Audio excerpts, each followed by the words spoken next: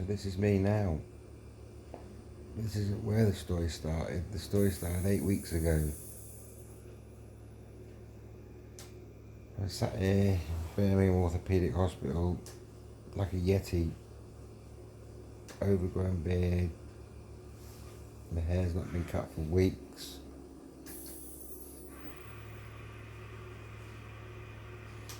Eight weeks ago I went to hospital with a bad back in Taunton.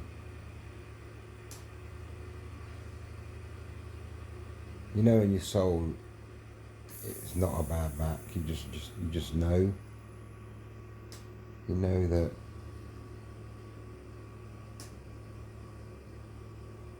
it isn't the sciatica you think it is. But you go to the casualty and they take you through the process, send you home with pills, tell you to man up, basically.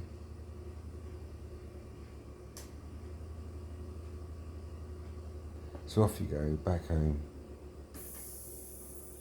with your cocodamol,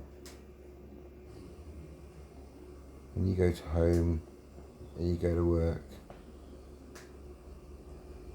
So the next day you wake up, and you do your things, you go to work.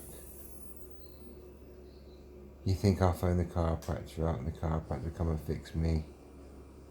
So I go see my chiropractor, and he has a fiddle and a crack, and we discuss my back. All the while I'm not so sure, something's still not right with my back. It really hurts.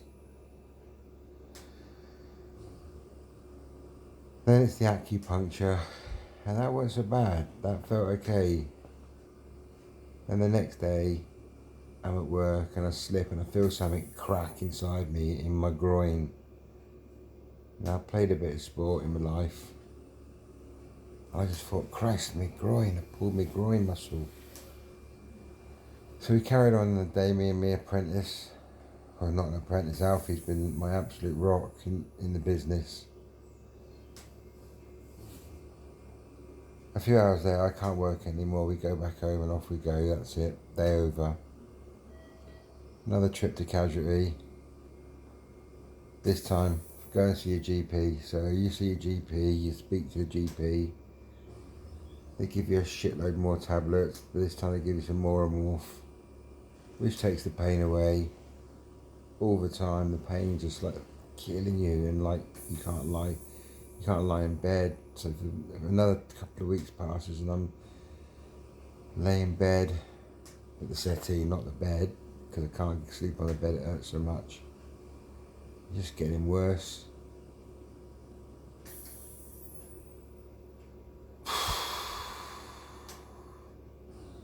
You wonder if you're just a bit of a fucking pussy and you should maybe man up a bit. But those words, man up and being a pussy now, they're so distant now, where I am in this moment, in this hospital room. Finally, I decide I have to go to Taunton Hospital. So this time I'm going to Taunton Hospital with my son in his car, and we had to do some work I had to do some work in Carantha for a customer, just a quick quotation. So I went to the job, got out of the car, another major crack in my hip. This time something unbelievable pain like, I've never had it before. I bit down hard on my son's hoodie, it hurt that much while he was in the driver's seat. So I got out of the car and limped my way to the job, discussed it with the client. My son went and then got out, when I had to go and get my own car because I couldn't sit in his car. And they went to the tattooist together. We both got a tattoo, father and son, things like you do. But this time I had to go to hospital. I just had to, on the way home, say, let's go to casualty again.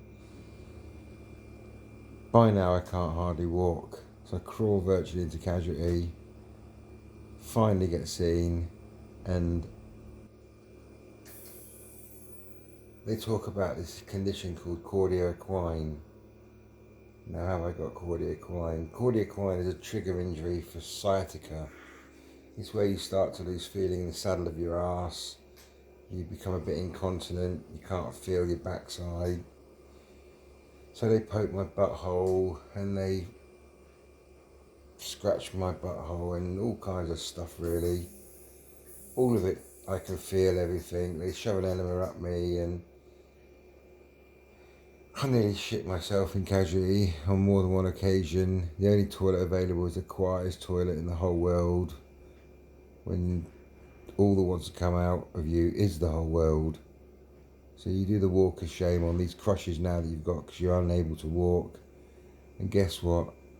You're sent home on crutches and more morphine.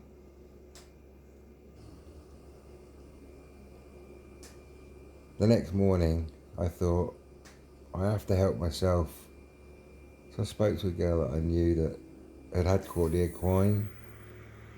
So I called the ambulance up on the whatever number it is, 111, 101, whatever it is, and told them my symptoms.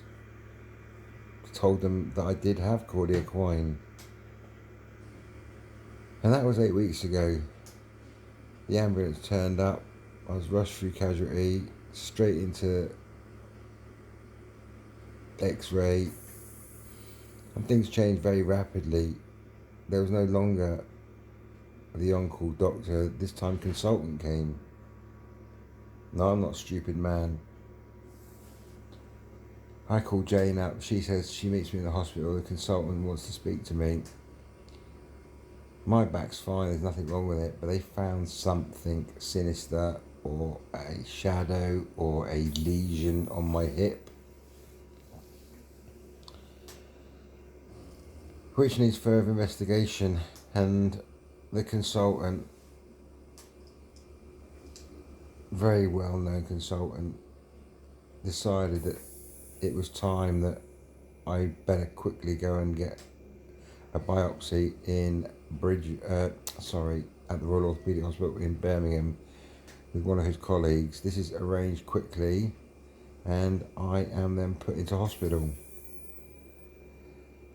I then have a CT scan which shows nothing, doesn't show any secondary, because I didn't know nothing about this. 1 minute it's, you might have a lesion, the next minute they're talking about primary cancer, primary areas and secondary areas. Man, I know what that meant, and the CT scan came back completely clear. So for me it's a relief. You know, I might have something in my hip that's a primary source case. Mate, I know what they're talking about. I know what they're talking about. They're talking about cancer.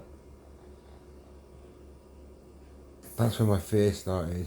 You know, I'm not scared of anything. My only fear in life is letting Jane down and the boys and not being able to be financially aware and look after them. That's my fears. And now I have this other fear called cancer that is a terrifying word. Chills you to your bone.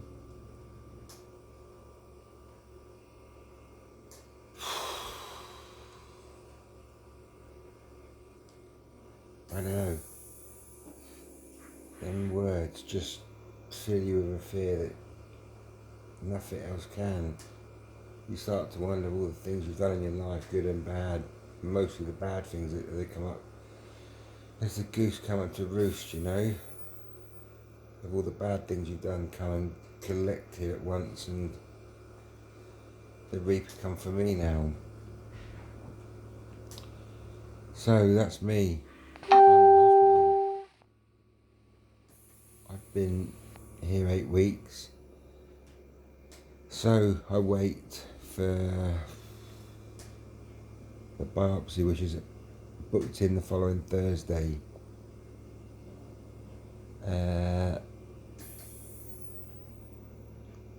I'll carry this on in my next blog. Okay, thank you.